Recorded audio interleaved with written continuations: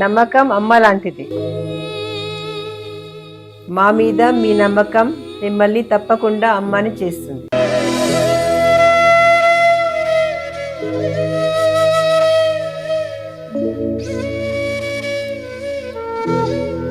నేడు ఎంతో మంది మా మీద నమ్మకంతో అమ్మాయారు.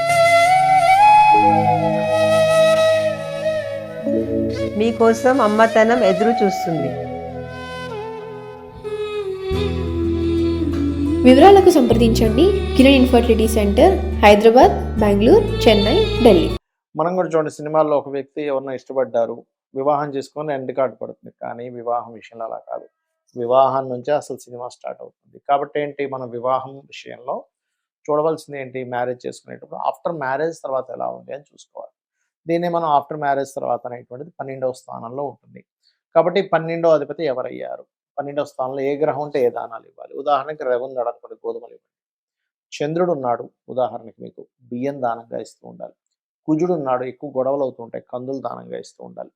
అలా కాకుండా బుధుడు ఉన్నాడు అనుకోండి, మిస్కమ్యూనికేషన్స్ ఇలాంటివి జరుగుతూ ఉంటాయి, అప్పుడు పెసలు దానంగా ఇస్తూ ఉండాలి. లేదండి గురువు ఉన్నాడు, శనగలు ఇవ్వచ్చు. శుభగ్రహమే కదా అంటే, శుభగ్రహం ఉన్నప్పటికీ కూడా 12వ స్థానంలో అది పాడైతే కనుక ఇబ్బందులు ఇస్తూ ఉంటుంది. ఒక్కోసారి రెండు గ్రహాలు ఉంటాయి, శనికేతువులు కలిసి ఉంటారు, అప్పుడు ఆ 2 గ్రహాలకి ఇవ్వాలి. అలాగా శుక్రుడు బొబ్బర్లు దానంగా ఇవ్వడం మంచిదే. యాక్చువల్గా శుక్రుడు 12లో ఉంటే చాలా మంచిది చెప్పాలంటే. అలాగే శని ఉన్నాడు అనుకోండి, నువ్వులు దానంగా ఇవ్వడం. రాహు అయితే మినుములు, కేతు అయితే ఉలవలు దానంగా ఇవ్వడం చేస్తుండాలి.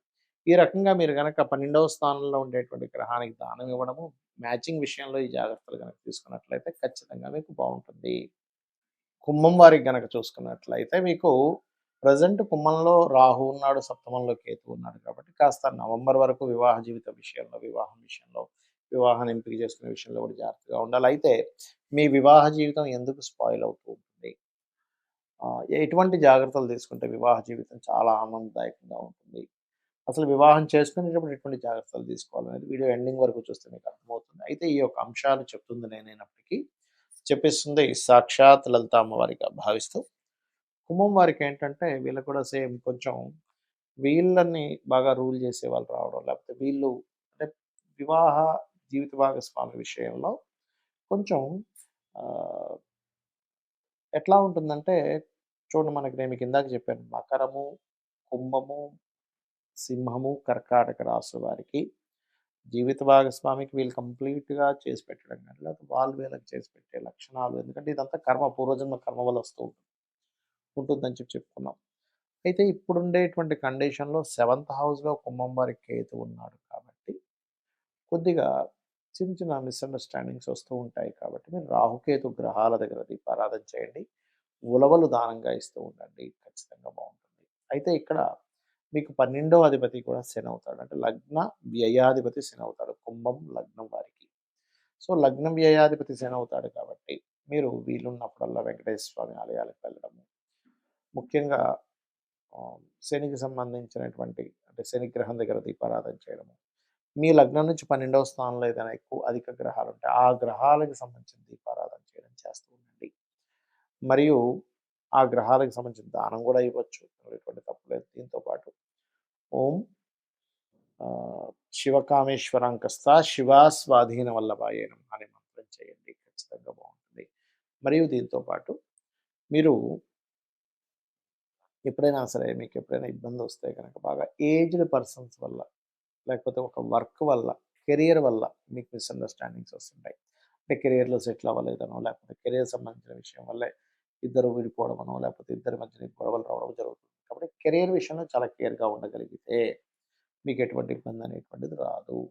ఇక్కడ వివాహం చేసుకునే విషయము మరియు ఈ మ్యాచింగ్ చేసేటువంటి విషయాల్లో ఖచ్చితంగా కొన్ని జాగ్రత్తలు తీసుకోవాలి. అప్పుడు 100% మీ యొక్క వివాహ జీవితం 100% ఆనందంగా దాయకంగా ఉంటుంది. అదేంటో చెప్తాను. పాయింట్ నెంబర్ 1, మీరు వివాహం చేసుకునేటప్పుడు పాయింట్స్ మాత్రం చూస్తారు చాలామంది. 36 పాయింట్లకు 18 కలిసాయి, ఆ 18 నుంచి ఎంత ఎక్కువ వస్తే అంత బాగుందని ఫిక్స్ అవుతారు. అలా అయితే గనక పాయింట్స్ కలిసిన వాళ్ళు ఎవ్వరు కూడా విడిపోకూడదు.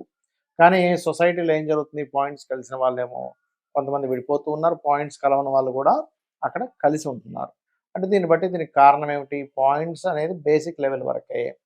నెక్స్ట్ ఏం చూడాలి అని చెప్పి చూసుకున్నట్లయితే ప్రధానంగా మీరు వివాహ సమయం ఎప్పుడు అనేది చూసుకోండి ఎప్పుడు కూడా. అంటే వివాహం పలానా సమయంలో చేసుకుంటే మంచిది అని ఉందనుకోండి. ఆ పలానా సమయం అనేది ఎప్పుడు వస్తుంది అంటే ప్రతి జాతకుడికి కూడా వాళ్ళ లైఫ్‌లో 3-5 సార్లు సమయంలో వస్తూ ఉంటుంది. 3 అంటే వాళ్ళ లైఫ్‌లో ఒక 20వ ఏట, 21వ ఏట నుంచి ఒక 3-5 టైమ్స్ వివాహ సమయం వస్తుంది. ఆ వివాహ సమయం ఎప్పుడుంది అనేటువంటి విషయాలు ఫస్ట్ మీరు గుర్తించాలి, గుర్తుపెట్టుకోండి. అలా 23 ఇయర్స్‌కి వస్తుందా? 25 ఇయర్స్‌కి వస్తుందా? లేకపోతే 27 ఇయర్స్‌కి వస్తుందా? 30 ఇయర్స్‌కి వస్తుందా? కొంతమందికి 32 ఇయర్స్‌కి వస్తూ ఉంటుంది. కొంతమంది 40 ఇయర్స్‌లో చేసుకుంటారు. అలాగా 3-5 టైమ్స్ వస్తుంది వివాహ సమయం అనేది. అలాగే వివాహం చేసుకోకూడని సమయాలు కూడా వస్తాయి.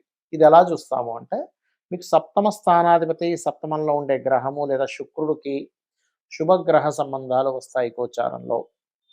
అలా కాకుండా ఈ గ్రహాలకి పాపగ్రహ సంబంధాలు వచ్చినప్పుడు చేసుకోకూడదు. ఇది మెయిన్ అన్నమాట.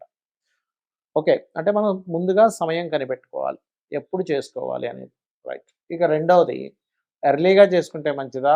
మధ్య వయసులో చేసుకుంటే మంచిదా? లేట్‌గా డిలేగా చేసుకుంటే మంచిదా అని కూడా ఉంటుంది. అంటే ఎలాగా?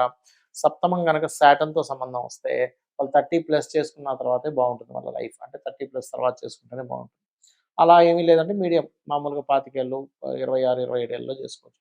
ఎర్లీ మ్యారేజ్ యోగాలుంటాయి. కొంతమందికి చూడండి మనం వింటూ ఉంటాం ఇప్పటికి కూడా. ఆ అమ్మాయికి 15 ఏళ్ళకే చేసేసారట. అలా అని ఇప్పుడు లీగల్ కాదది కానీ చెప్తున్నా నేను మీకు.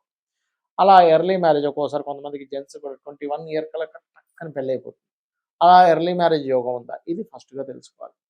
ఇక మూడో విషయం ఏంటంటే ఇక్కడ మీరు ఎప్పుడూ గూడా వివాహం సమయం విషయంలో కేవలం పాయింట్స్ మాత్రమే కాకుండా వాళ్ళిద్దరి జన్మజాత చక్రాల్లో మూన్ యొక్క స్టార్‌ని బట్టి పాయింట్ ఒకటే కాకుండా ఆ మూన్ స్టార్స్ మిత్రులా, శత్రువులా అనేది కూడా చూసుకోవాలి. అంటే వాళ్ళు గనక మిత్రులనుకోండి అప్పుడు వాళ్ళిద్దరి మధ్యని మనసులు బాగా కలుస్తాయి.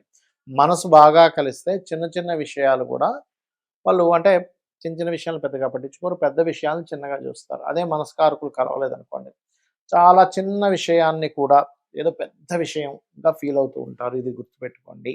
రైట్. ఇక మరొక విషయం ఏంటంటే ఇక్కడ గమనించినట్లయితే ఇక్కడ చంద్రుడు ఒక్కటే కాకుండా ఆత్మకారకుడు అంటాం. అంటే సోల్‌మేట్స్ అంటూ ఉంటారు. రవి. ఆకర్షణాకారకులు కుజుడు, శుక్రుడు ఎంతవరకు కనెక్ట్ అయ్యారు? కేంద్ర కోణాల్లో ఉన్నారా? 2/12 యాక్సెస్‌లో ఉన్నారా? షష్టాష్టకాల్లో ఉన్నారా? చూసుకోవాలి. దీంతో పాటు జీవకారకుడైన గురువు, కర్మకారకుడైన శని మరియు కమ్యూనికేషన్స్ ఈజ్ మోస్ట్ ఇంపార్టెంట్ వివాహాల్లో. అంటే ఒకళ్ళు చెప్పింది ఒకళ్ళు వినాలన్నా, ఒకరు చెప్పింది ఒకరికి అర్థం అవ్వాలన్నా సరే కమ్యూనికేషన్స్ కారకుడు చాలా బావుండాలి గుర్తుపెట్టుకోండి. అలాగే మరొక్క విషయం ఏంటంటే ఇక్కడ గమనించినట్లయితే ఈ యొక్క కాంబినేషన్స్ ఇవన్నీ ఒక ఎత్తయితే మీరు ఎవరినైతే వివాహం చేసుకుంటారో అది అమ్మాయిని కావచ్చు, అబ్బాయిని కావచ్చు. ఆ వివాహం చేసుకునే వ్యక్తి యొక్క జన్మజాతకంలో ఆఫ్టర్ మ్యారేజ్ తర్వాత ఎలా ఉందని తెలుసుకోవాలి. మనం కూడా సినిమాల్లో ఒక